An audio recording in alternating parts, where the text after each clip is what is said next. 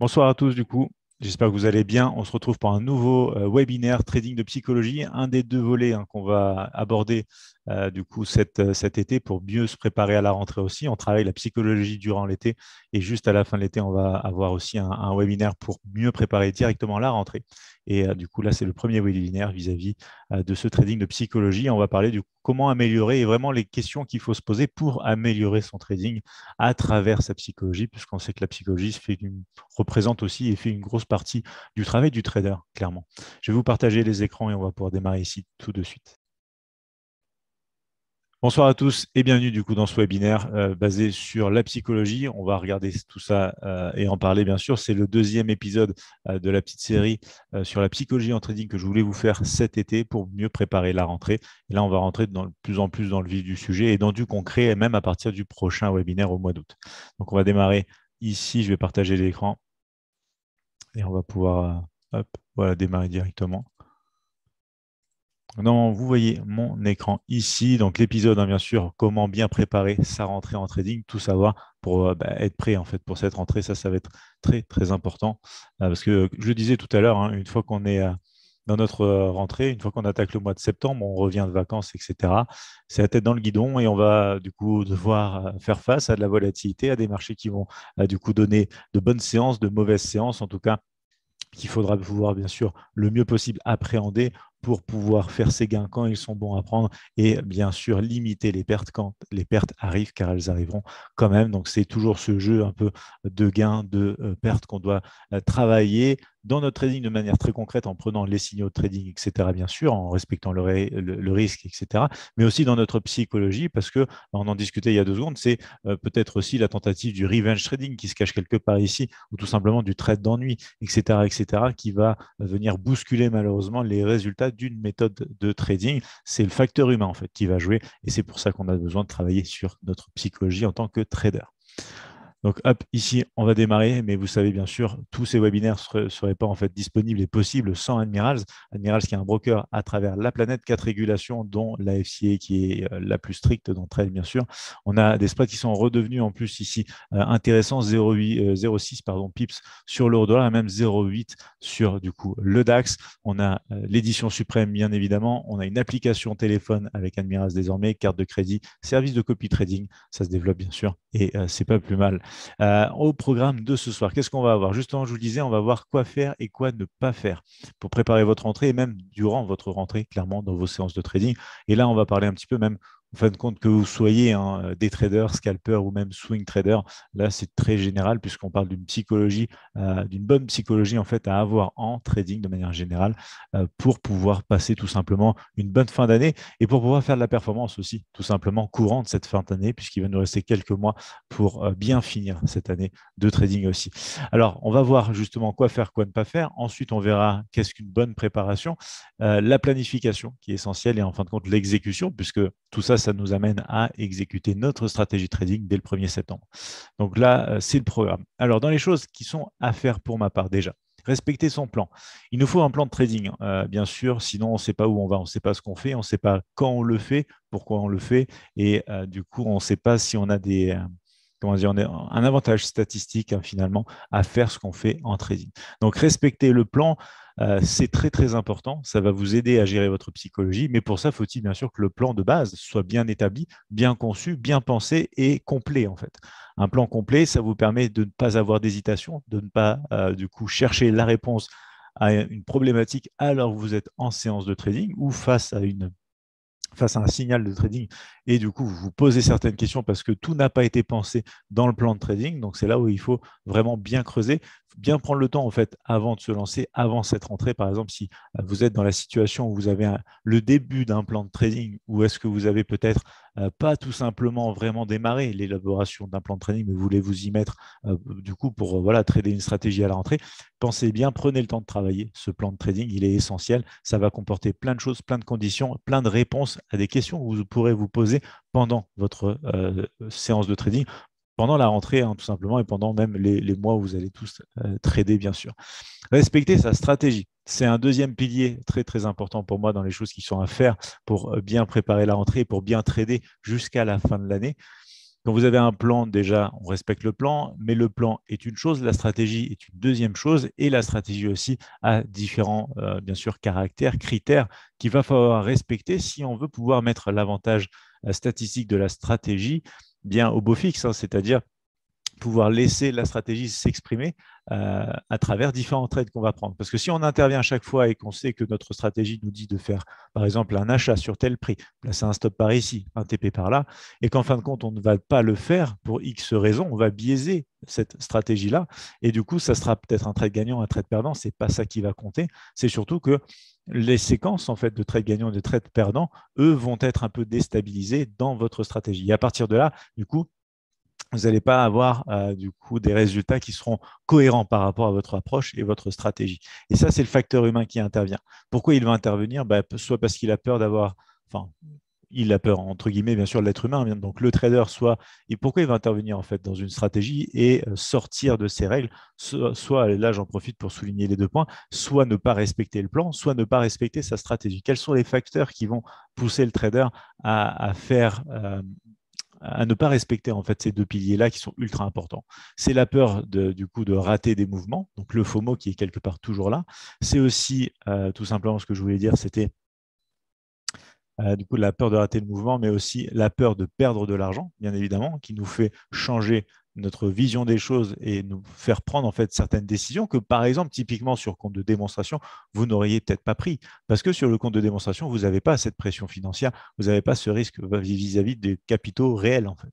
Et c'est ça qui est important. Donc, il y a plein de facteurs qui vont pouvoir venir vous tenter, du coup, vous chuchoter. On parlait tout à l'heure, quelqu'un nous disait justement, avec le petit diable quelque part sur l'épaule, qui va venir vous tenter pour vous faire commettre des erreurs, par exemple, eh bien, c'est toutes ces erreurs-là qu'on va voir dans une deuxième partie, dans les choses à ne pas faire, bien sûr, qui seront importants. Et c'est ces facteurs-là qui sont capables, susceptibles même, du coup, malheureusement, dans votre psychologie, de vous pousser à ne pas respecter le plan et la stratégie. Mais le pilier vraiment des choses à bien faire dans votre trading pour tenir de un votre psychologie aussi et de deux vos résultats en trading, c'est vraiment respecter le plan, vraiment respecter la stratégie. Ensuite, on va devoir rester discipliné. Les marchés nous tentent à chaque fois. Il y a de la hausse, il y a de la baisse, il y a du range. C'est d'autant plus de tentation de prendre des achats, des ventes et de jouer aussi des scénarios en range. Mais il faut savoir rester discipliné et il faut savoir rester dans les règles qu'on a mis en place. Et pour respecter ces règles, c'est la discipline qui prévaut, tout simplement. On va aussi devoir rester patient. Il n'y a pas tous les jours des choses à faire, il n'y a pas toujours des opportunités qui vaillent le coup, j'ai envie de dire. Il faut pouvoir laisser le marché venir à soi. Et c'est la dernière partie ici dans les choses à faire pour moi, c'est que quand vous avez une stratégie et un plan bien défini, vous attendez qu'une chose, que toutes les conditions de votre stratégie au sein de votre plan soient réunies pour prendre un trade, c'est-à-dire un risque qui est limité, qui est contrôlé, qui est bien pensé pour pouvoir générer sur le long terme, avec plusieurs trades, bien évidemment, peu importe qu'on soit scalper, des traders, swing traders, des gains sur votre capital, sur votre compte de trading, en fait, et faire croître dans le temps votre compte de trading. Donc ça, c'est ultra important. C'est les choses clairement à faire. Du coup, je vous invite bien sûr à le faire dès maintenant, même si vous allez continuer de trader au mois d'août, mais même à bien penser pour votre rentrée, limite le noter et vous dire, voilà, est-ce qu'au quotidien, je respecte mon plan? Est-ce que je respecte ma stratégie? Est-ce que je suis suffisamment discipliné ou est-ce que je fais des bêtises de temps en temps? Car au fin de compte, au fond de nous-mêmes, on est au courant, on le sait. C'est juste que des fois, on veut un peu se voiler la face en se disant, si j'ai bien fait de prendre ce trade-là, il m'a fait beaucoup, mais du coup, on cache un petit peu dans notre subconscient que quelque part, c'était peut-être un trade qui était hors stratégie. Donc, il faut faire attention à ce genre de choses, bien sûr. Ça dépend de la stratégie de chacun. Il y a plein de choses possibles en trading, bien sûr. Mais voilà ici les points importants. Donc, restez patient aussi. Est-ce que du coup, on est conscient que des fois, on prend des trades d'ennui alors qu'on aurait dû rester patient pour attendre le véritable trade et la véritable opportunité qui se cache derrière? Et est-ce qu'on laisse vraiment le marché venir à nous, c'est-à-dire respecter toutes les conditions? Je vous donne un exemple très simple. Si vous utilisez des moyennes mobiles avec, par exemple, Ekenashi ou ce genre de choses-là, eh bien, vous attendez des conditions très simples. Est-ce que les moyennes mobiles sont orientées sur la hausse, donc la court terme au-dessus de la long terme? la moyenne mobile, bien sûr, long terme. Et du coup, est-ce que j'ai par exemple une bougie Ekanashi bleue? Donc ça, c'est des conditions ultra, ultra basiques, bien sûr. C'est juste pour vous donner un exemple simple et concret. C'est ça aussi, laisser marcher venir à soi, c'est-à-dire, est-ce que mes conditions sont réunies? Donc voilà dans les choses pour moi à faire. Est-ce que il y a des questions par rapport à ça? Est-ce qu'il y a des choses à l'heure actuelle que vous savez, par exemple, que vous ne respectez pas dans ces choses qui sont à faire de manière vraiment générale ici? Michael qui nous dit du coup, c'est mon problème, l'impatience. Déjà, c'est mon trait de caractère, pour ça que c'est dur. Ah d'accord, oui, d'autant plus, hein, tu as raison en fait. D'autant plus quand c'est un trait de caractère. Donc là, c'est vraiment d'autant plus compliqué à travailler. Donc c'est souvent alors, pour travailler ça, quelque part, si tu veux, tu as différentes solutions. Soit tu te diriges forcément, et je pense que c'est d'ailleurs le cas, hein, Michael, dis-moi si je me trompe, mais vers des stratégies un petit peu agressives pour nourrir cette impatience quelque part. Mais ce que tu peux faire aussi, et alors je ne sais pas si c'est pas ce que tu fais, parce qu'il y a un Michael aussi, je ne sais pas si c'est exactement toi, mais il y a un Michael sur le YouTube le matin qui nous disait justement qu'il se crée, en fait, il fait une sorte de screener des marchés, c'est-à-dire qu'il va regarder une douzaine de marchés et il va aller chercher de l'opportunité là où elle se présente. Et à partir de là, en fait, ça peut être l'un des moyens, sans pour autant être plus agressif, de nourrir son impatience, puisqu'on va aller chercher l'opportunité là où elle se présente. Il y a du pour et il y a du contre dans cette approche-là, mais tu vois ce que je veux dire. Dis-moi ce que tu en penses aussi, ça peut être une des solutions. En fait, c'est simple, quand on a ce souci d'impatience, soit on multiplie les actifs sur lesquels on va trader, mais il faut rester qualitatif, soit du coup on reste sur quelques actifs uniquement, beaucoup moins, et on est plus agressif. Donc il y a du pour, il y a du contre dans les deux solutions. Dundum qui nous disait, alors ça je l'avais lu, excuse-moi, voilà, Christian qui nous disait bonsoir Jérémy, bienvenue à toi aussi Christian, j'espère que tu vas bien. Emmanuel également qui nous disait bien le bonsoir à tous, bienvenue à toi aussi Emmanuel. Et Bastien qui nous disait bonjour Jérémy, bienvenue à toi aussi Bastien. Hop. Alors attendez, hop, je remets ça en grand, voilà. Content de te revoir, un peu de retard. Pas de souci, Bastien, bienvenue parmi nous. On fait que démarrer. On a démarré ici avec justement les choses à faire pour bien faire la rentrée, tout simplement, et une bonne fin d'année. Rudy qui nous dit clairement l'envie de trader devient de plus en plus forte, plus à force d'attendre de trop. Oui, en fait, je vois ce que tu veux dire. Bah, c'est un cercle vicieux, hein. C'est un cercle vicieux. Michael qui nous disait oui, du coup, je suis agressif parce que quand je trade, alors quand le trade dure, je m'angoisse. Un trade long veut dire. Ah oui, je vois ce que tu veux dire, Michael. Alors là, c'est le backtest qui doit t'aider, par exemple, typiquement à te dire je sais que mon taux de réussite sur le TP1, par exemple, ou le TP final, peu importe, c'est tant de pourcents. Donc, peu importe. Moi, c'est ma vision des choses, c'est-à-dire que peu importe ce qui se passe entre le stop et le TP, je joue les probabilités statistiques que le TP soit atteint. Donc, c'est là où ça peut prendre du temps. C'est là où on peut aller frôler le stop pour aller chercher le TP. C'est là où on peut aller frôler le TP pour aller chercher le stop. Il faut rester de marbre, hein, j'ai envie de dire, par rapport à ça, dans le sens où on sait qu'on met en place des probabilités et des statistiques. Donc, c'est des vingtaines et des vingtaines de trades hein, qu'il faut, bien sûr, qui se cumulent pour qu'on ait des visions et une vision du comportement de la stratégie en temps réel. C'est-à-dire que moi, quand je vais faire des backtests, ça sera minimum grand, vraiment le grand minimum, c'est, je dis très souvent, une centaine de trades, mais plus vous avez de trades et mieux c'est. Donc moi, par exemple, cet été, je travaille sur aussi du backtest, bien sûr, pour la rentrée, et à partir de là, eh bien, il va y avoir des milliers de trades qui sont backtestés, et c'est comme ça qu'on tire de la valeur et que même si le trade dure longtemps, on joue la probabilité, par exemple 70% que le TP soit atteint. Tu vois ce que je veux dire ici, Michael? Très, très important. Et tu vois, ça, c'est vraiment le concret pour travailler la psychologie. Emmanuel qui disait, mon problème est souvent que quand un trade est gagnant, je regrette pourquoi j'ai pas misé plus. Ah oui, je vois ce que tu veux dire, Emmanuel. Tu disais, et ça me pousse à prendre plus de risques. Alors, il faut bien que tu penses justement à ça. C'est que on ne peut pas prédire que, enfin, personne ne peut prédire que le prochain trade est forcément un trade gagnant. C'est pour ça qu'il n'y a pas 100% de taux de réussite en trading. À partir de là, il te faut pouvoir miser par position un risque qui te convient.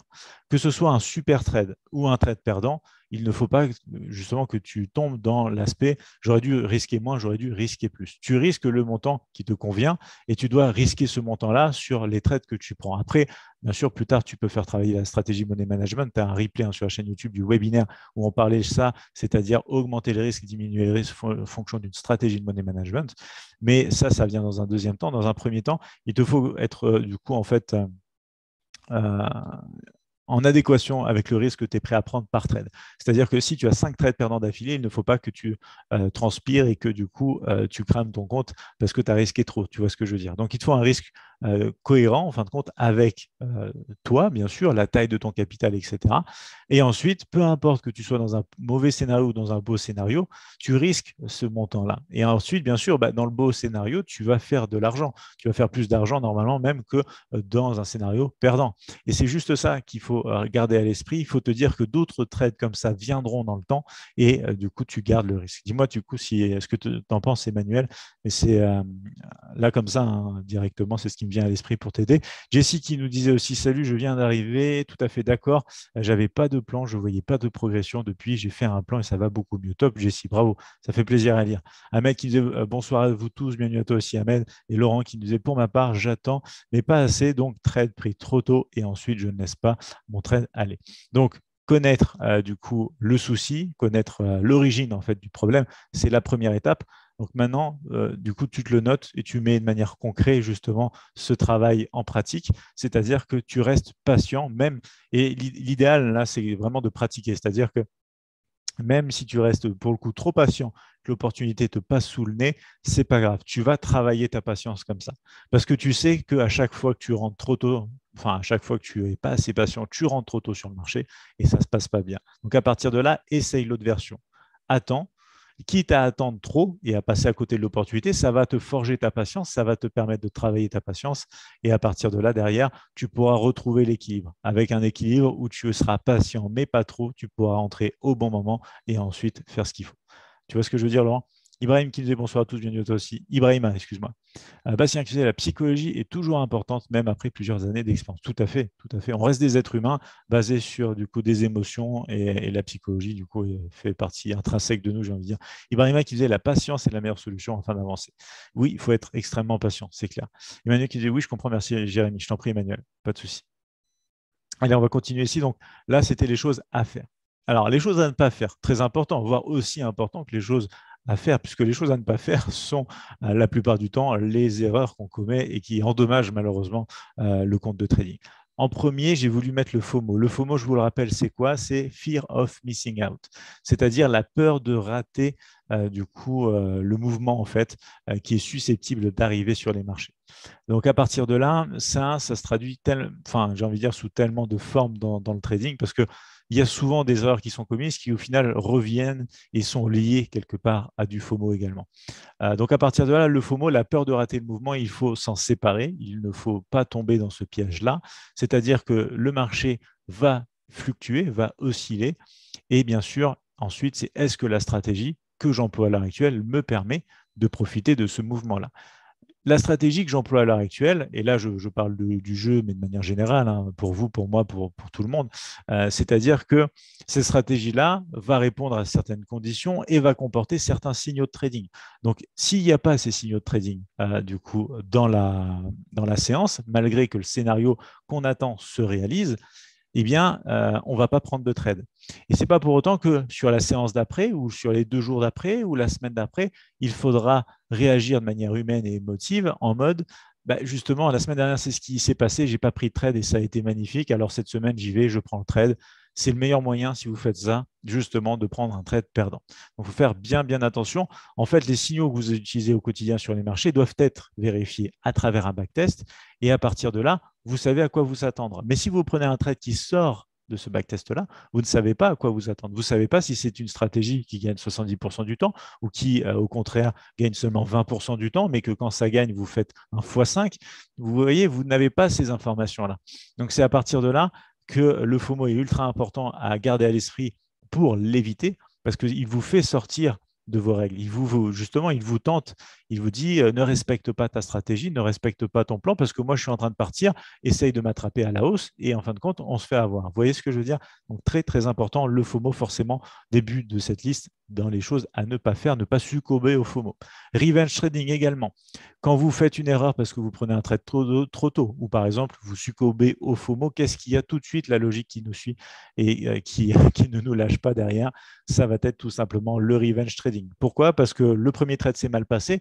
On peut même se dire, tiens, c'est bête, j'ai pris le trade, je me suis fait avoir par du FOMO. Ce n'était pas un trade que j'aurais dû prendre, donc la perte que je viens d'avoir n'aurait pas dû être. À partir de là, je veux l'effacer de mon compte et du coup, je vais reprendre quelques petits trades pour effacer cette perte. Ça, c'est du pur revenge trading. Et ce n'est vraiment pas ce qui va vous mener vers la croissance de votre capital. Au contraire, ça va vous guider de plus en plus vers un cercle vicieux qui va agrandir le trou, qui va agrandir la perte associée au FOMO ou associée du coup à ce trade d'ennui, bref, à cette première erreur que vous avez commise. Donc très très important ici aussi, éviter de ne pas faire du revenge trading. Fameux trade d'ennui qui nous guette quand on n'a rien à se mettre sous la dent, mais qu'on a envie de se faire un billet dans notre séance. C'est ça qu'il faut faire très très attention aussi. C'est pas parce qu'on a une séance de trading et du coup voilà, des fluctuations sur les marchés qu'il y a toujours quelque chose de bien à faire. Et ça, c'est super important. Ça fait appel à la patience, certes, mais le trade d'ennui est vraiment l'ennemi aussi, l'un des ennemis, hein, vous le voyez, il y en a plusieurs, du trader, puisqu'il il peut ouvrir ce trade d'ennui tout comme le FOMO peut du coup ouvrir la porte ensuite à du revenge trading. C'est là où vous avez un amalgame d'erreurs et de choses à ne pas faire qui peuvent arriver en fait. Et ça se passe très vite dans une séance de trading. Vous pouvez cumuler tout ça et à la fin de votre séance, réaliser que vous avez succombé au FOMO, vous avez pris un premier trade d'ennui et qu'ensuite vous n'avez fait que tomber dans du revenge trading et agrandir le trou de la première perte en fait. Donc super important, ces trois premières choses déjà à ne pas faire. Ensuite, on a l'over trading. Pareil, l'overtrading qui peut être associé à du revenge trading, qui peut être fonction également donc d'une erreur commise avec du FOMO, du trade d'ennui. Mais l'overtrading, c'est tout simplement trop trader. Une fois que vous avez fini votre séance, parce que votre plan vous dit que vous tradez de telle heure à telle heure, ou votre plan vous dit que vous arrivez à l'objectif journalier, vous arrêtez, il faut arrêter. Si le plan, la stratégie vous implique, vous indique pardon, ce genre de choses, il va falloir justement le respecter et donc en respectant ça, vous éviterez de faire de l'overtrading. Martingale également.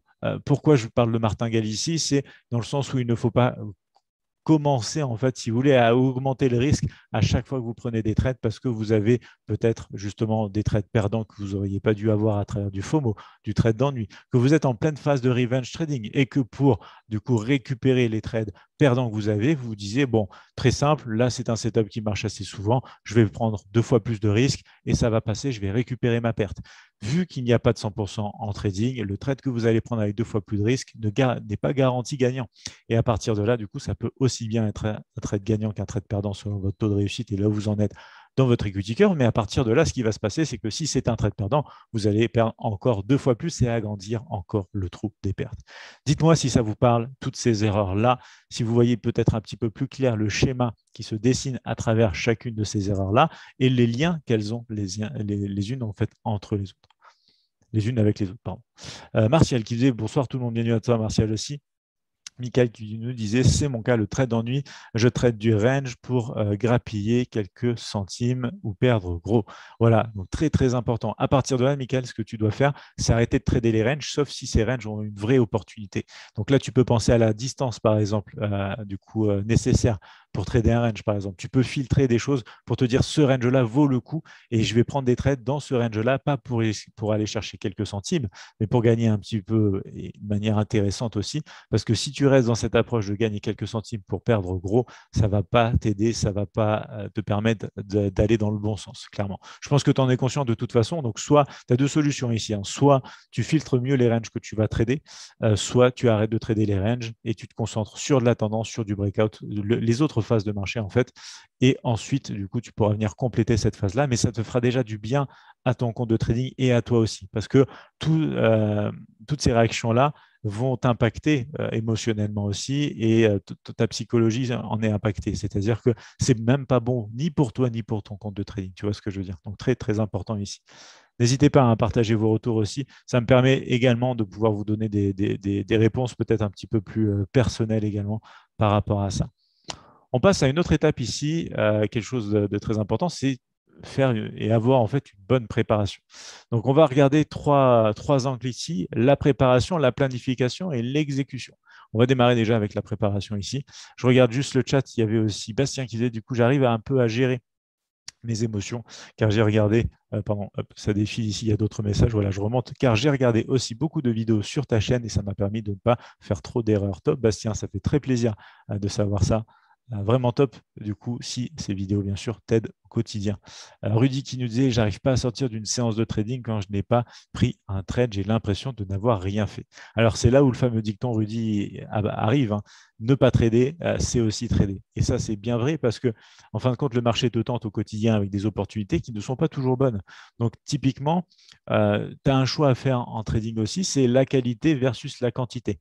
Les scalpers vont prendre la quantité souvent. Alors, il y a des scalpers qui prennent quand même de la qualité, mais voilà, il y a un peu cette approche-là, si tu veux, quantité versus qualité.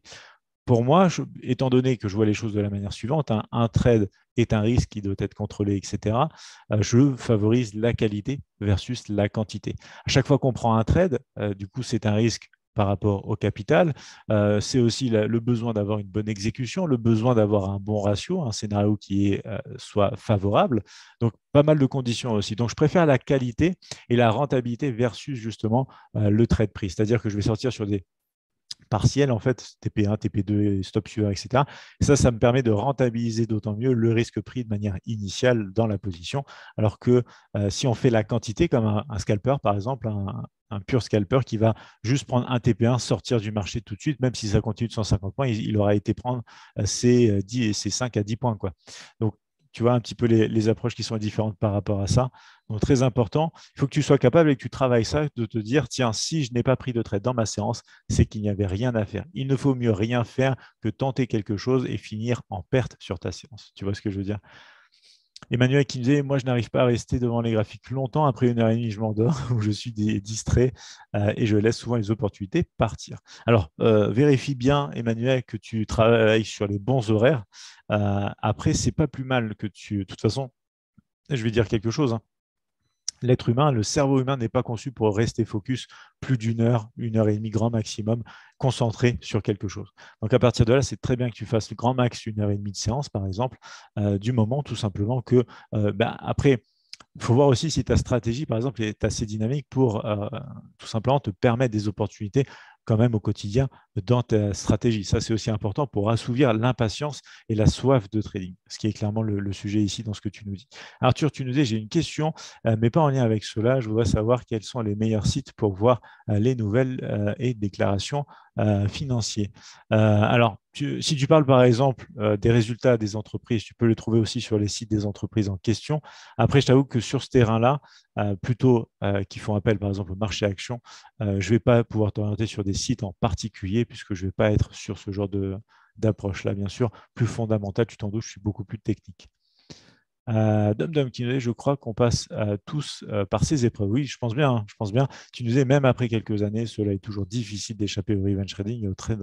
Ouais, c'est clair. En fait, il faut vraiment réussir à se convaincre et quelque part, c'est une vérité de se dire que si on tombe, et en fait, déjà, bon, il faut en être conscient, bien sûr, dans votre séance, hein, à partir de quel trade vous tombez dans du revenge, etc. Mais au bout d'un moment, vous en êtes conscient très rapidement et vous le faites en toute conscience. C'est juste qu'il faut réussir à arrêter de le faire, en fait. Et pour ça, il faut vraiment se convaincre d'une chose qui est une véritable vérité, c'est que ce n'est pas bon pour le compte de trading. Si vous tombez dans le revenge trading, il faut vous dire qu'en fait, c'est comme si vous alliez directement cramer une partie de votre compte ou perdre intentionnellement des trades, ce genre de choses. Il faut vraiment être convaincu de cela parce que sur le long terme, c'est bel et bien les résultats et les conséquences de ce genre de choses. Et une fois qu'on est convaincu de ça, on ne fait plus l'erreur parce qu'on ne veut pas en fait endommager les résultats, les trades gagnants qu'on a pris la semaine dernière, qu'on a pris le mois dernier, qu'on a pris ce matin dans notre séance de cet après-midi. On veut faire attention, etc. Vous voyez ici, c'est vraiment le respect aussi du coup de la méthode et le souhait de ne pas venir entacher les résultats qu'on a fait. Ça, c'est super important. Bastien qui nous a dit oui, moi ma psychologie est plus difficile car je fais du stop suiveur mais pas de TP. Alors, pour faciliter ta psychologie, je pense que tu es conscient que tu pourrais faire du TP partiel justement. En fait, faire le stop suiveur uniquement, c'est ce qui est le plus dur parce que justement, c'est pas quand tu prends un trade en fait, ce qui va le plus être atteint, c'est le TP1. Le TP2 dans un second temps, si on reste sur un schéma TP1, TP2 stop suiveur, et le stop suiveur, ce qui est atteint le moins souvent. Par contre, le ratio du stop suiveur est intéressant. Mais du coup, c'est là où tu peux, si tu veux travailler ta psychologie un petit peu, Bastien, mais je pense que tu en es déjà conscient ici, tu peux faire des sorties partielles pour t'aider. Arthur qui dit, OK, merci, je t'en prie, Bastien qui nous dit, mais ça ne me correspond plus. Oui, je fais du TP partiel avec un ratio de 1, 50% sur un ratio de 1. Parfait, Bastien. Ben voilà, tu as trouvé la réponse justement parce que c'est ce qui va vraiment, et ça aussi, c'est du concret pour travailler sa psychologie. Il y a énormément de réponses qu'on peut tirer à travers des sorties partielles, dont on peut tirer avantage en fait et qui nous permettent de travailler notre psychologie. Même moi, pour vous dire, pour travailler ma psychologie en trading, j'ai même été sur des graphiques différents. Ils ne sont pas en temps, ils sont en mouvement. C'est ce que je vous montre tous les matins, le système LTR que j'ai fait développer. Ça travaille ma psychologie parce qu'il y a une plus grande confiance dans ces bougies-là qui ont une persistance. Si vous voulez, quand on a une bougie haussière, on a plus de probabilité d'avoir des bougies haussières derrière. Alors que quand vous êtes sur des graphiques temps, il n'y a pas de persistance en fonction des bougies. Si vous avez une bougie haussière, vous ne savez pas déjà où la bougie suivante risque de clôturer, à la hausse ou à la baisse, chose qu'on sait sur des graphiques Renko LTR. Mais du coup, vous ne savez pas non plus la persistance des prochaines bougies, chose qu'on peut savoir sur ces bougies LTR. Franklin qui nous dit aussi: salut Jérémy, j'ai une question s'il vous plaît. Bienvenue à toi Franklin, j'espère que tu vas bien. Tu nous disais: est-ce que c'est possible de trader sur plusieurs comptes à la fois? Est-ce que c'est safe? Alors oui, c'est possible. Tu as des copieurs qui existent. Après, il faut faire attention car ces copieurs peuvent commettre des erreurs. Donc, il faut t'assurer que les comptes sont bien, les trades sont bien répercutés. Il faut le faire sur tes propres comptes parce que sinon, c'est de trader l'argent d'autres personnes. Et là, il te faut une autorisation, par exemple, de l'AMF ou d'une autorité financière. Ahmed qui disait: le marché nous donne envie d'entrer à chaque fois. Exactement, Ahmed, tout à fait. Et c'est pour ça que je vous dis qu'il y a beaucoup de tentations. Et c'est pour ça qu'il faut être discipliné. Et c'est vraiment ce que tu dis là, hein, le marché qui nous tente à chaque fois, qui m'a amené à vraiment penser la chose, à voir les choses de la manière suivante, c'est laisser le marché pour le coup venir à moi. C'est comme quand vous êtes en pleine négociation avec quelqu'un pour acheter un bien, pour vendre quelque chose, etc. Vous voulez agir en position de force et avoir de quoi gagner cette négociation. Euh, si on voit cette négociation comme par exemple gagner un trade ou mettre les probabilités plutôt de notre côté pour gagner le prochain trade, eh bien, il nous faut être en position de force et il nous faut pouvoir négocier avec le marché. Et le marché, il nous tente tout le temps. Il nous fait des propositions tout le temps, tout le temps. Sauf que ces propositions-là ne sont pas forcément les bonnes. Si moi, on propose d'acheter un bien qui est trop cher, je ne vais pas vouloir l'acheter trop cher, je vais vouloir le négocier à un prix plus bas. Pensez ça comme peut-être du trading de retracement, parce que je pense que ça correspond plutôt bien à cette image-là et à cette vérité-là. C'est qu'on obtient des prix avantageux quand on a réussi à faire des bonnes négociations. Eh bien, en trading, en fait, on obtient des prix avantageux quand on a réussi à rester patient et à attendre la zone de retracement, par exemple, le support, ce genre de choses, pour pouvoir obtenir un prix avantageux et jouer le scénario. Ultra important ce que je viens de dire par rapport à ça. Et du coup, Ahmed qui nous disait justement, il nous donne toujours de faux signaux. C'est vrai que la plupart du temps, justement, le marché donne des opportunités qui ne sont pas favorables. Et c'est pour ça que j'ai fait plutôt le choix du trading de qualité.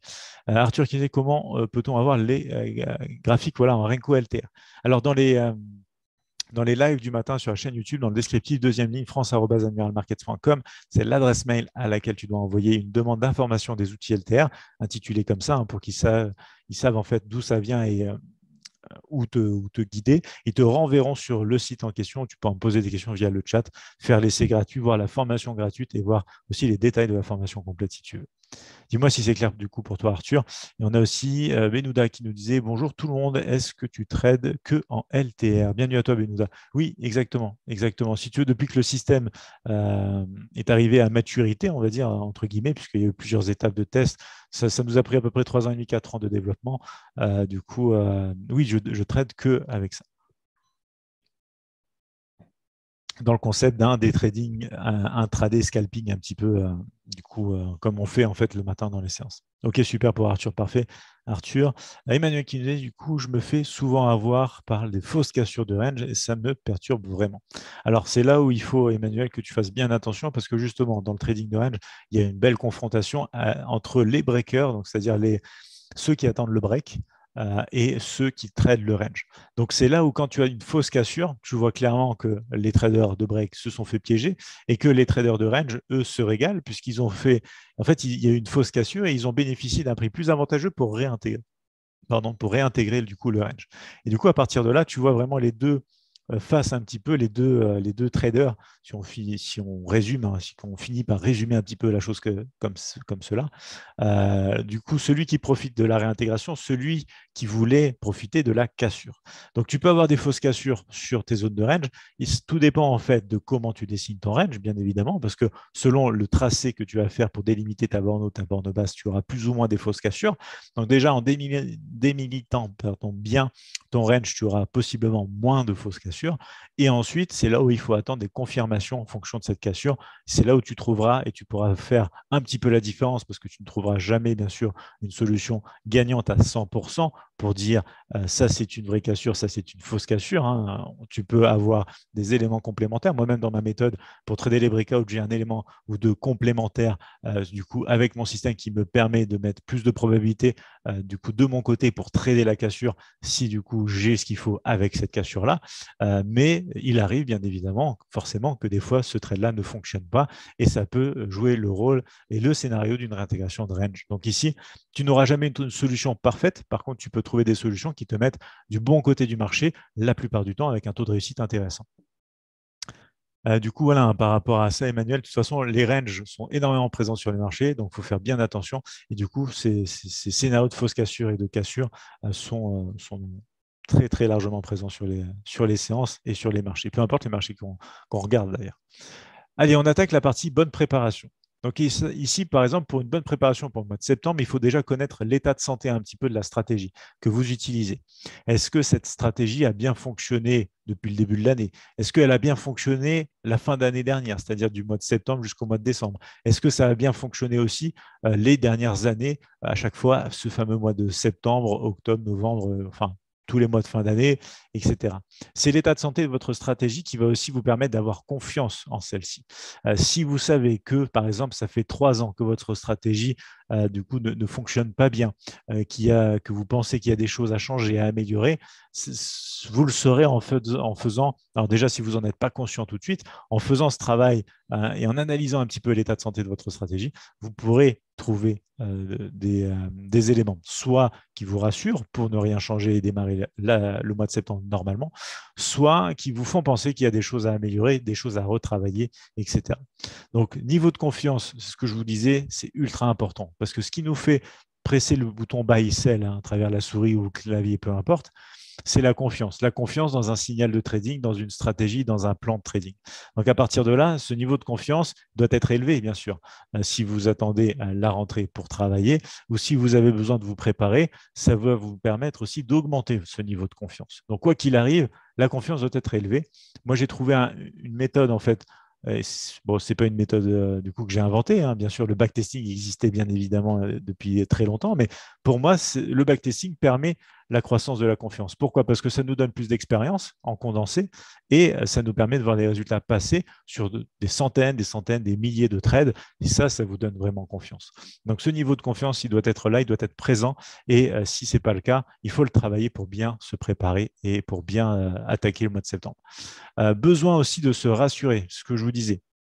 Si l'état de santé de votre stratégie va bien, vous êtes rassuré par défaut. Si vous apercevez qu'il y a des choses qui ne vont pas, vous avez besoin du coup d'augmenter votre niveau de confiance, vous avez besoin de vous rassurer et à partir de là, vous avez besoin de faire des exercices, de l'entraînement en fait, hein, du backtesting, de travailler tout ça. Travailler tout ça avant d'avoir la tête dans le guidon et de foncer vers la ligne droite et la ligne d'arrivée, je veux dire, pardon, bien sûr, sur le mois de décembre. Donc à partir de là, très très important, pour faire une bonne préparation, il faut déjà savoir où on en est où notre stratégie en fait quelque part en est. Est-ce qu'on a un niveau de confiance élevé ou pas? Est-ce qu'on a besoin de se rassurer? Et si oui, ça passe par du backtest, des exercices, peut-être de nouvelles théories à mettre en pratique pour voir si ça peut venir compléter votre méthode aussi. Et du coup, tout ça, c'est un entraînement nécessaire pour une meilleure préparation à la rentrée du mois de septembre. Et l'été est l'occasion, oui, c'est les vacances, oui, on a envie de profiter. Mais quand on veut prendre son trading de manière sérieuse et de manière vraiment pour mettre vraiment toutes les probabilités de notre côté et finir bien l'année en profit, il faut prendre le temps aussi de travailler ces choses-là. Dites-moi s'il y a des questions, bien sûr, par rapport à ça. En tout cas, des questions que vous pouvez vous poser par rapport à votre préparation. Est-ce que ma stratégie fonctionne, du coup? C'est ce que je vous disais par rapport à l'année dernière, par rapport au mois précédent, par rapport à toutes les années passées sur lesquelles vous avez pu remonter pour faire votre backtest. Ai-je toujours confiance dans la méthode? Est-ce que c'est quelque part une stratégie qui est dynamique et qui me permet de passer à travers les différentes époques et les différentes phases de marché qui nous attendent? Est-ce que j'ai des idées d'amélioration? Parce que ce n'est pas parce qu'on a une stratégie qui est gagnante qu'on ne peut pas toujours réfléchir à des choses à compléter ou même à améliorer. Et à partir de là, c'est des travaux de l'entraînement et la vérification justement d'hypothèses de manière pratique pour savoir si l'amélioration, ou en tout cas l'idée qu'on en a, est une bonne chose à mettre en pratique ou s'il faut mieux ne rien toucher. Ai-je besoin du coup de backtester? Ça, c'est un petit peu la question finale, puisque si on a besoin de vérifier certaines choses pour améliorer sa méthode, ça passe forcément par le backtesting, en tout cas pour ma part. Donc voilà ici pour la préparation. Après la préparation, on passe à la planification. La planification ici, c'est par exemple avoir une bonne routine. Je vais revenir sur le chat dans un instant, bien sûr, on va juste passer là-dessus. Du côté planification, donc je vous le disais, c'est avoir bien sûr une bonne routine. Le succès est dans la routine. Hein. C'est quelque chose qu'on retrouve très souvent dans le sens où on ne peut pas faire de miracle, nous, en tant qu'être humain, en seulement quelques jours, en seulement quelques semaines. Par contre, en faisant quelque chose qui est bon pour nous à travers, donc, peu importe, hein, que ce soit pour la santé avec des exercices physiques ou avec de l'entraînement du backtest pour votre trading, c'est ça qui vous donnera d'excellents résultats, qui vous permettra de vous améliorer dans le temps. Donc, c'est une question de routine à avoir, peu importe que ce soit le trading, si vous souhaitiez perdre du poids, devenir du coup bodybuilder, etc., peu importe, c'est une question de routine. Donc, forcément, pour moi, c'était incontournable ici de vous parler de ça. Une bonne routine en trading, c'est du coup faire bien les choses, bien préparer sa séance, bien respecter son plan de trading, trader toujours de telle heure à telle heure, avoir sa routine aussi peut-être autour de son trading, puisque c'est aussi tout un environnement. Bien sûr, il faut bien manger, il faut être en bonne santé, il faut être en forme, etc., etc. Tout ça, ça fait partie d'avoir une bonne routine. Donc, par exemple, l'exercice avant ou après séance, repas bien équilibré, tout ça, c'est super important aussi. Suivi de son trading. Là, on fait référence au journal de trading, puisque quand on planifie quelque chose, si on n'a pas un suivi derrière, on ne peut pas voir si le plan, du coup, se fait de manière correcte, hein, et apporte justement les résultats souhaités. Revoir ses attentes. Je voulais vous parler de ça aussi dans la planification parce que bien, on est à une époque où les réseaux sociaux nous montrent plein de bonnes choses, enfin de bonnes choses, de choses qui font envie, qui font rêver. Il faut faire attention, bien évidemment, et dissocier les choses. Il y a une part du coup de vérité dans le sens où on est possible, et il est possible en trading de faire vraiment des choses très intéressantes. Ça peut des fois aller vite aussi, mais il faut revoir ses attentes aussi parce qu'en travaillant, et l'idée ici, bien sûr, c'est de travailler une fois de plus sa psychologie, revoir ses attentes à la baisse vous permet de travailler votre psychologie. Si vous vous dites que vous voulez, par exemple, réaliser 10% de bénéfices par mois, si vous partez plutôt en vous disant, tiens, avec ma stratégie, je pense que en fin de compte, en mode plus raisonnable, voire en mode pessimiste, je vise du 5% par mois, votre psychologie ne s'emportera que mieux. Pourquoi? Parce que les mois où vous allez réaliser peut-être 15%, vous serez super content.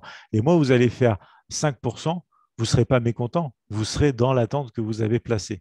Et par contre, voilà, le reste, c'est du bonus. Donc, vous revoir les attentes à la baisse et être aussi patient. Je sais qu'il y en a beaucoup d'entre vous qui sont extrêmement impatients. Vous dites que le temps passe, les années passent, il faut que ça donne, sinon il faut faire autre chose. Mais rien ne se fait en un instant, surtout du coup quand on est autodidacte ou quand on veut apprendre par soi-même le trading. Et si vous voulez du coup vous faire former, hein, par quelqu'un aussi, choisissez bien sûr bien la personne parce que eh bien, c'est très important. Il y a beaucoup de propositions sur Internet qu'il faut notamment faire attention. Donc restez patient, c'est ce que je voulais vous dire aussi dans la planification. Restez patient, ça rejoint aussi le fait de laisser le marché venir à soi dans les séances, mais également par rapport tout simplement par rapport aux résultats et à ces fameuses attentes qu'on peut tous avoir en trading. Et restez confiant parce que si vous avez bien préparé votre rentrée, si vous avez bien fait votre plan de trading, votre stratégie de trading, votre backtest, etc., il n'y a pas de raison de ne pas être confiant. Il faut juste laisser les probabilités statistiques prendre place et s'exercer à travers les trades qu'on fait. Donc avant de voir les questions qui correspondent à cette planification, je vais revenir sur le chat. Je crois qu'on a pas mal de petits messages. Donc ça promet, je pense, d'être intéressant. Il est 8h43, je vais me dépêcher un petit peu quand même ici. Je remonte, je vais voir où on en est. Hop, ici. Voilà, on avait du coup Benouda qui nous disait merci, est-ce que tu fais une analyse sur graphique avant de prendre une position? Yes, mais si tu veux, avec le système LTR, l'analyse est codée, c'est-à-dire que j'ai un histogramme de couleurs qui me dit que la tendance est haussière. J'ai plusieurs, si tu veux, éléments qui me disent par A plus B, le contexte dans lequel je suis et ce que je cherche. Donc oui, l'analyse fait toujours partie, bien sûr, du trading, forcément. Bastien qui me disait, en moyenne, sur une année, quel est le pourcentage de capital à se donner un objectif, s'il te plaît? Euh, alors, moi, je vois les choses de la manière suivante. En fin de compte, un pourcentage réalisé en moyenne par mois, mais annualisé. C'est-à-dire que tu vas attendre la fin de l'année pour faire ta moyenne par mois, parce que courant de l'année, il peut se passer plein de choses. Tu peux avoir des mois à 30%, des mois à moins 5%, des mois à 25%, tu vois. L'idée, si tu veux, c'est d'arriver à la fin de l'année et voir la moyenne que tu as eue par mois. Et du coup, idéalement, bien sûr, alors je vous disais par exemple 5%, si vous faites déjà 5% en moyenne par mois, vous êtes déjà dans les traders gagnants et dans les bons traders, bien sûr.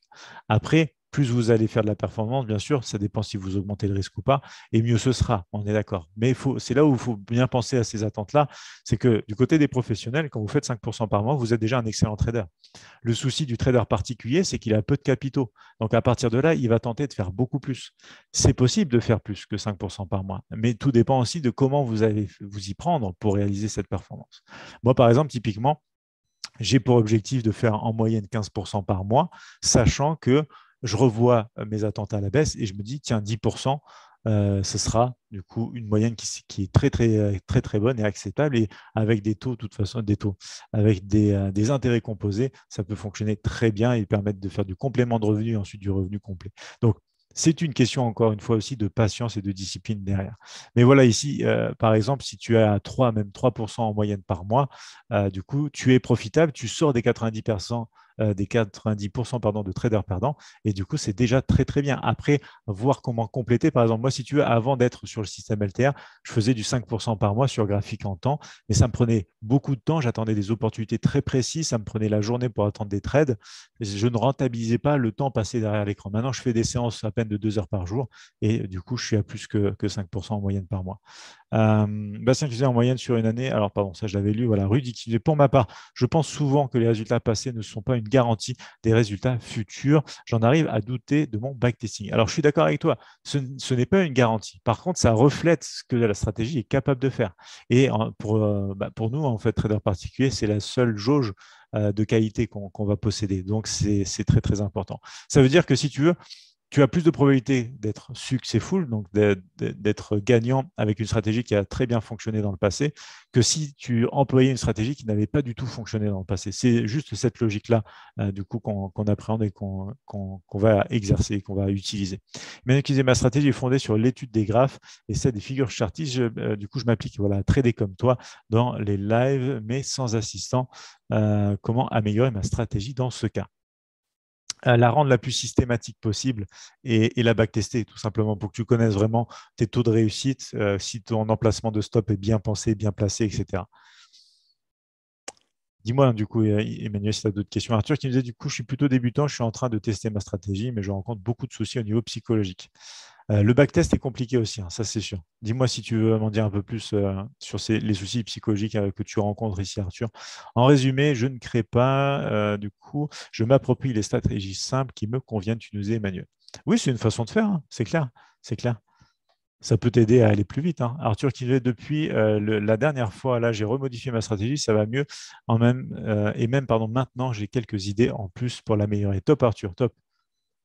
Regarde bien si ça dure dans le temps, justement, et ça, c'est très important. Bastien qui disait, je prends des trades à partir de 22h30 en swing, et des fois, je ne peux pas être devant les écrans, et c'est frustrant car on laisse passer les opportunités. Il faut que je trouve des astuces pour être devant, ne serait-ce que 15 minutes. Oui, ça, c'est très important. Respecter, du coup, les signaux à prendre par la méthode, sinon, tu ne vas pas être dans la meilleure des situations par rapport à l'exploitation de ta stratégie. Je vais me dépêcher, il est déjà 47, je reviens sur le chat dans un instant. Les questions fonction ici de la planification. Par quoi commencer le matin? On prend l'exemple d'un day trader. Quelles sont les premières choses que le day trader va faire le matin pour préparer sa séance? Comment préparer ces séances, justement? Combien de graphiques on va utiliser, typiquement? Est-ce qu'on va commencer à tracer ces niveaux à 8 heures? Est-ce qu'on va attendre l'open, etc. Vous voyez plein de petits détails qui vont faire des différences. Suis-je réaliste dans mes objectifs? Est-ce que du coup, les objectifs que je me fixe au mois ou de manière journalière ou même annuelle sont réalistes par rapport à la méthode que j'emploie? Est-ce que je travaille ma patience? Puisque la patience est un des éléments clés aussi, il faut se poser la question, qu'est-ce que je fais pour travailler ma patience?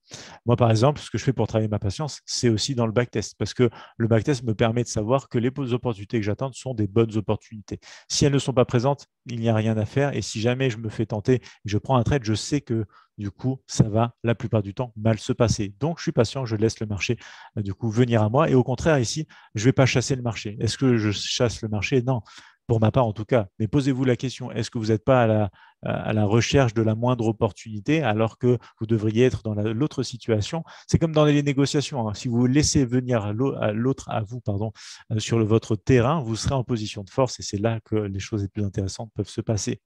Côté exécution, pour finir ici, restez constant, bien évidemment, dans votre exécution. Je vais y arriver, excusez-moi, idéalement de manière la plus systématique possible. Continuez d'appliquer sa méthode.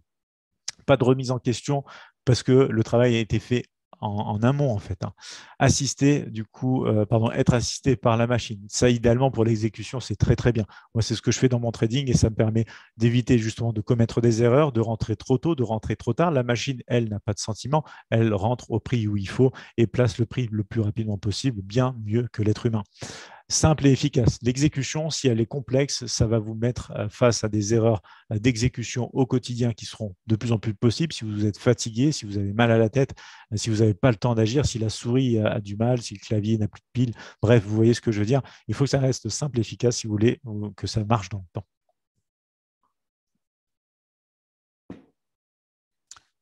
Hop, on va continuer ici, on a encore 10 petites minutes. Alors, les questions relatives, bien sûr, à cette exécution. Est-ce que j'ai respecté l'analyse également? Avant de prendre un trade, on en a parlé il y a 2 secondes. Il y a une partie d'analyse aussi, bien évidemment. Donc, cette exécution doit être en adéquation avec la partie analyse. Est-ce que j'ai respecté les signaux? Une fois de plus, si vous êtes assisté par une machine dans laquelle sont codés les signaux, vous allez respecter ces signaux-là, forcément. C'est ce que je fais dans mon trading. Vous voyez que je mets en fait plein de choses de manière très très concrète dans mon trading pour pouvoir mieux travailler ma psychologie. Donc, je vous partage mon retour bien sûr par rapport à ça, mais vous pouvez le faire à travers d'autres outils, bien évidemment.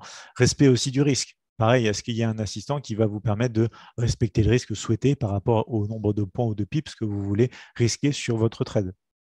Soit vous le mettez vous-même, et attention, il ne faut pas vous tromper d'un zéro ou ce genre de choses, ou il ne faut pas doubler le risque parce que vous êtes dans du revenge trading, ou la machine s'en charge pour vous aussi. Respectez notamment les heures de trading. Donc ça, vous pouvez mettre des choses en place aussi dans un assistant qui va dire de telle heure à telle heure. Du coup, il y a des trades à prendre. En dehors de ça, il n'y a rien à faire. Donc, ce genre de choses très concrètes qui vous permet aussi de mieux travailler votre exécution. Et ça, c'est à penser avant la rentrée. C'est pour ça que je voulais en parler déjà dans ce webinaire. Alors, dans la partie à retenir, je vais venir sur le chat ensuite tout de suite après. Bien sûr, ne pas trader sans plan. Si vous n'avez pas de plan de trading, si vous n'avez pas de stratégie, si vous ne connaissez pas, pareil, l'entrée à l'avance, la sortie à l'avance, du coup, donc les niveaux d'entrée et de sortie, c'est-à-dire niveau de prix d'entrée, que ce soit l'achat ou à la vente, et les niveaux de sortie, c'est aussi bien le stop que le TP1, TP2, stop suiveur ou même TP1 unique, peu importe. Tout ça, vous devez le connaître à l'avance, avant même de prendre votre trade. Si une fois que vous avez pris votre trade, vous cherchez à placer et vous cherchez le meilleur endroit pour placer votre stop loss, vous êtes dans l'erreur, attention. Parce que de 1, ça veut dire que le risque du coup n'aura pas été contrôlé, et de 2, si le marché décale trop vite, vous êtes face à une perte en fait qui n'est pas mesurable en fait. Beaucoup trop de pertes possibles. Connaître sa stratégie. Toute stratégie a des avantages et des inconvénients. Il faut connaître les avantages, les inconvénients pour mieux vivre sa stratégie et mieux travailler sa psychologie. Et ensuite, exercer sa stratégie de manière constante, encore et encore et encore et encore. C'est ce qui vous fera gagner dans le temps, du moment que le plan et la stratégie sont bien élaborés. Donc voilà, par rapport à ça, je me dépêche sur la fin. On va rester juste ici sur la partie à retenir, parce que c'est très, très important de bien ne pas oublier chacune de ces parties-là et de bien en prendre conscience. Je remonte un petit peu dans le chat ici. On va regarder et lire les derniers messages ensemble, bien sûr. Emmanuel, tu nous disais, alors quand je donne de gros défis financiers par semaine, alors quand je me donne, pardon, de gros défis financiers par semaine, j'ai tendance à souvent exagérer pour beaucoup gagner. Ben, c'est ça, parce que tu t'es mis une pression supplémentaire. Donc, revois les objectifs à la baisse, même si quelque part tu cherches à faire plus, tu vois, mais tu cherches à faire plus en fait avec la stratégie et un risque bien contrôlé et un risque cohérent, pas trop élevé. Et si tu arrives à faire plus comme ça, c'est là que c'est bien. Moi, si tu veux, par exemple, à l'heure actuelle, je fais 10% en moyenne par mois sur un seul actif tradé 2 heures par jour. Donc, mon but à la rentrée, c'est de rajouter, en fin de compte, du CFD, parce que là, je suis sur micro futur, micro Nasdaq, en fait, uniquement. Donc, je vais rajouter du DAX, je vais rajouter du Nasdaq CFD, du DO CFD. Donc, en fait, je vais rajouter 3 actifs. Donc, l'idée, c'est bien sûr pour moi de cumuler, c'est de ne pas rester à 10%, c'est de cumuler, voir si je peux déjà, avec le backtest, etc., rajouter du pourcentage sur les autres actifs. Et idéalement, même si pour moi, de manière pessimiste, je me dis, j'aimerais du 10% en moyenne par mois et je suis capable de le faire avec ça, je sais quelque part qu'en additionnant tous ces actifs-là, je suis capable de faire beaucoup plus. Mais mon attente et mon niveau psychologique est travaillé parce que je revois les choses à la baisse. Tu vois, l'idée ici, c'est vraiment de travailler tout en amont, tout faire en avant et ensuite, dans le feu de l'action, n'avoir qu'à exercer une méthode qui est précise et n'avoir qu'à exercer plein de petits éléments qui, eux, quelque part, de manière indirecte, travaillent ma psychologie, me permettent d'être confiant, de ne pas remettre en cause des choses au moindre trade perdant, etc., etc. Y a-t-il une méthode particulière pour faire du trading long terme? Non, non, tu peux faire du trading long terme avec plein de choses, hein. Tu peux utiliser plein de signaux de trading différents, plein de techniques différentes. C'est juste que tu interviens sur des graphiques plus long terme. C'est aussi simple que ça. Grand merci, Jérémy. Tu viens de me donner une excellente vision. Ça va m'aider à coup sûr. Avec grand plaisir, Rudy. Avec grand plaisir. C'est fait pour ça, bien sûr. Et lire ce genre de messages, c'est aussi mes récompenses. Merci beaucoup, Rudy. Emmanuel qui disait, à la rentrée, le rythme de trading varie, peut-il vraiment invalider certaines stratégies? Ça va dépendre des stratégies que tu emploies, mais il y a des stratégies qui vont fonctionner que sur certains types de marchés. Par exemple, tu as des stratégies qui sont juste directionnelles, c'est-à-dire qui ne prennent pas conscience du trading de range. Moi, ma méthode prend conscience directement du trading de range parce que je sais qu'il y a beaucoup de range sur les marchés. Donc, si par exemple la rentrée se passe sous le signe du trading de range dominant et que tu as une stratégie qui vise qu'à ne trader que la tendance, oui, tu ne seras pas en phase avec le marché. Donc, c'est pour ça qu'une bonne stratégie, pour moi, te permet aussi bien d'intervenir dans de la tendance haussière, dans de la tendance baissière que dans des ranges. Et il y a différentes familles de ranges. Du coup, mais ça, j'en parle plus dans ma formation. Ah oui, du coup, j'ai des difficultés avec les TP. Généralement, mes TP sont sur les supports et résistances, mais parfois le marché se retourne à quelques pips de mon TP. Et alors ça, c'est parce que c'est des zones, justement. Ce n'est pas des niveaux précis. Donc, à partir de là, joue sur une sensibilité et tu verras, ça va déjà améliorer tes sorties. Michael qui me disait, j'ai tendance à aller à l'achat, j'ai beaucoup de travail, faut que je trouve un prestataire pro pour m'accompagner en trade. Il existe UGK Trading pour une formation et vous encadre, donne des conseils. Je ne sais pas si tu connais. Alors, je connais du coup Faustin, bien sûr, puisque c'est un ancien de chez Admirals, un vendeur chez Admirals. Mais je ne connais pas sa formation, je t'avoue. Après, on va éviter bien sûr de faire de la publicité ici. Tu t'en doutes, Michael, puisque c'est quelque part, c'est une proposition commerciale également qu'il fait, qui n'est pas en partenariat avec Admirals. Donc voilà par rapport à ça ici, hop. Donc on va s'arrêter là puisque c'est la fin de séance et je vais enchaîner avec ma séance ce soir justement avec les LTR. Donc je vous invite bien sûr à consulter le site admiralmarkets.com/fr si vous avez des questions, si vous cherchez certains éléments, n'hésitez pas. En tout cas, on est live aussi tous les matins, donc vous pouvez me poser des questions live. Vous avez l'adresse mail ici, la fameuse adresse que je vous parlais tout à l'heure pour la demande d'information des outils LTR si vous le souhaitez, la chaîne YouTube, le Facebook, l'Instagram et le Twitter, bien évidemment. On va s'arrêter là pour ce soir. Je vous souhaite à tous une excellente soirée. Bien évidemment, je vous retrouve avec grand plaisir déjà dès demain matin à 8h30, 10h, bien sûr, pour un nouveau live dans la matinale Admirals. Laurent qui disait merci Jérémy, patience et détermination à suivre. Exactement, Laurent, très très important. Et Arthur qui nous disait merci, bonne séance, très bonne séance Arthur du coup. Et Michael qui nous est merci, bonne soirée. Avec plaisir, Michael. Très très bonne soirée à tout le monde. Nicolas, merci, je t'en prie. Et je vous retrouve avec grand plaisir dès demain matin. Bastien qui disait merci Jérémy, bonne soirée. Avec plaisir, Bastien. Très bonne soirée à tout le monde et à demain.